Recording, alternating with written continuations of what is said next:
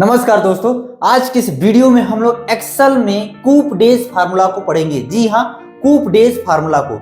देखिए, मैंने यहाँ पर पहले से ही कुछ डाटा तैयार करके रखा हुआ है एक्सेल में, ताकि समझाने में आसानी हो, समय ना लगे, है ना। और यहाँ पर मैं आज कौन सा फार्मूला बताऊंगा, मैंने यहाँ पे नोट्स कर दिया है।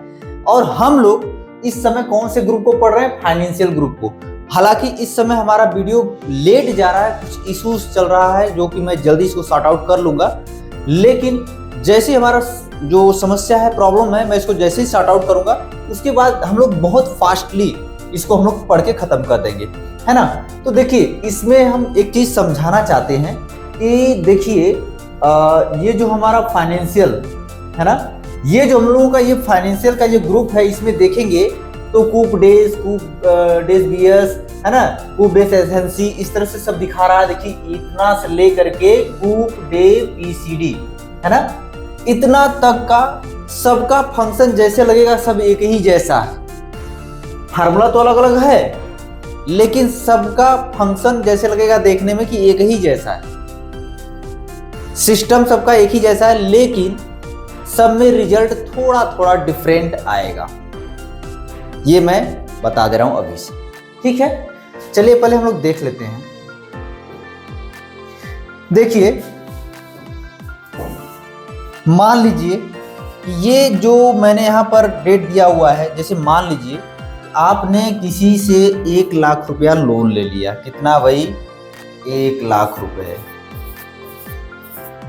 मान लीजिए आप अपने फ्रेंड से 1 लाख रुपया ले लिए, है ना। अब बात यहां पर यह है कि ये पैसा आपने उनसे उधारी ले लिया, ब्याज पर ले लिया, और उनको आपने एक वादा किया कि मैं आपको पूरा पैसा 5/4/2024 को कंप्लीट कर दूंगा, दे दूंगा।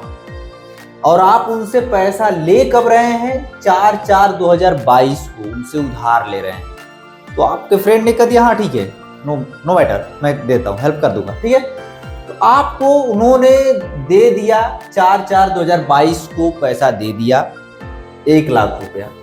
अब उन्होंने ये कह दिया कि भैया हमको 6 महीने पर कुछ न कुछ पेमेंट चाहिए, 6 महीने पर कुछ पेमेंट चाहिए। या उन्होंने एक किस्त बना दिया कि आप हमको 6 महीने पर 25,000 दीजिए, चाहे 50,000 दीजिए, कुछ भी उन्होंने बता दिया कि आप हमको हर 6 महीने पर कुछ पैसा देते रहिए और इस डेट तक फाइनल कर दीजिए, ठीक है।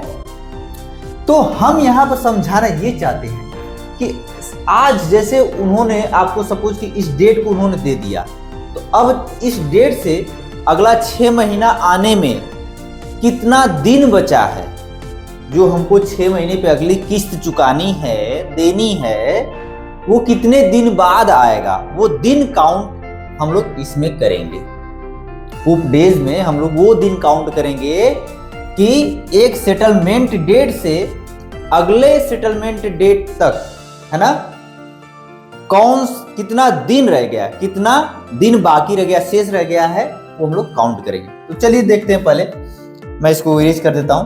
अब देखिए, मैं इसका रिजल्ट यहां पर लेता हूं, ठीक है। देखिए, मैं यहां से उठाता हूं पहले फाइनेंशियल से मैं आके यहां से उठा लिया कूप डेज, यहाँ दिया है सेटलमेंट, है ना। सेटलमेंट को मैंने यहां से उठा लिया, देख लीजिए, यहां मैं ले लिया। मैच्योरिटी पर क्लिक करके यहां से मैच्योरिटी डेट ले लिया। उसके बाद फ्रीक्वेंसी मैंने बताया कि मेरे दोस्त ने, आज आपने अगर अपने दोस्त से लोन लिया तो आपके दोस्त ने कहा है कि 6 महीने पर। इसके बारे में मैं समझा दूंगा कि फ्रीक्वेंसी 2 क्यों लिखा गया, वो भी मैं बता दूंगा। तो हम लोग यहाँ फ्रीक्वेंसी 2 ले लिए हैं 6 महीने के हिसाब से। इसका मैं फ्रीक्वेंसी 2 रखा हूँ, मैं समझा दूंगा जब मैं डिटेल बताऊंगा, ठीक है। बेसिस जो रहेगा, मान लीजिए इसको हम इसी तरह एज इट इज छोड़ देते हैं, कोई दिक्कत नहीं है।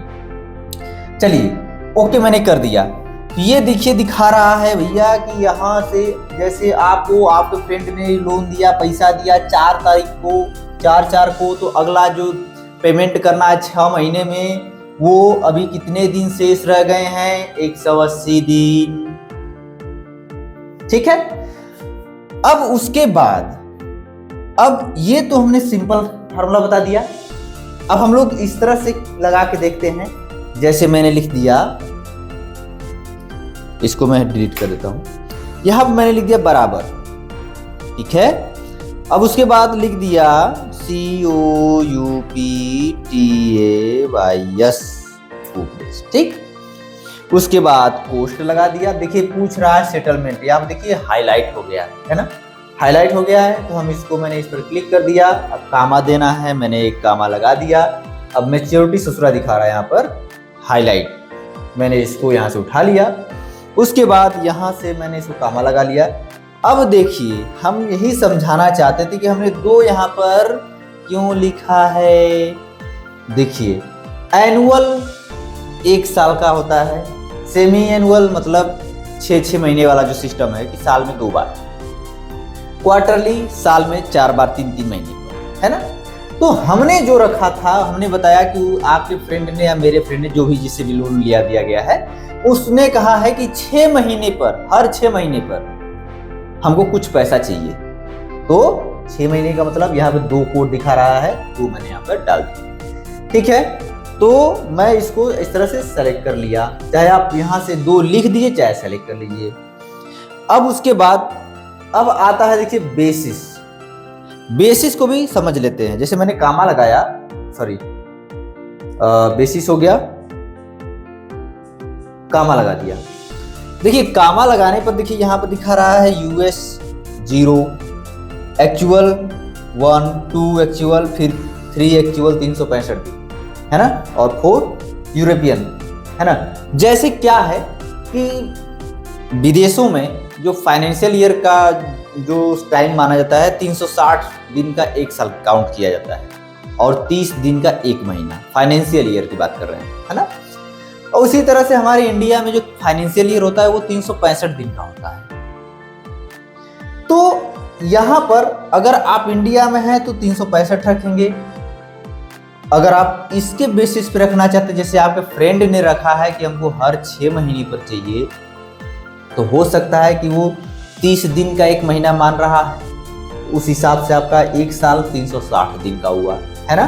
तो चलिए इसको 0 रख करके ही हम काम कर लेते हैं, या नहीं भी लगाएंगे 0 तब भी कोई दिक्कत नहीं होगी, ये डिफॉल्ट में 0 ले लेगा। जैसे मैंने यहाँ पे कामा हटा दिया है, पोस्ट बंद कर दिया, एंटर कर दिया, 180 दिन आ गया। तो भैया आज आपने पैसा लिया 4/4/2022 को, और 6 महीने बाद, ठीक 6 महीने बाद आपको पैसा पेमेंट करना है। तो कितना दिन रह गया, अगर डेज में काउंट करें तो 180 दिन। तो इस तरह से हम लोग कूप डेज फार्मूला का यूज करके नंबर ऑफ कूपन या नंबर ऑफ डेज को काउंट कर सकते हैं, ठीक है। अगला फार्मूला अगले वीडियो में। आज के लिए इतना ही, थैंक यू।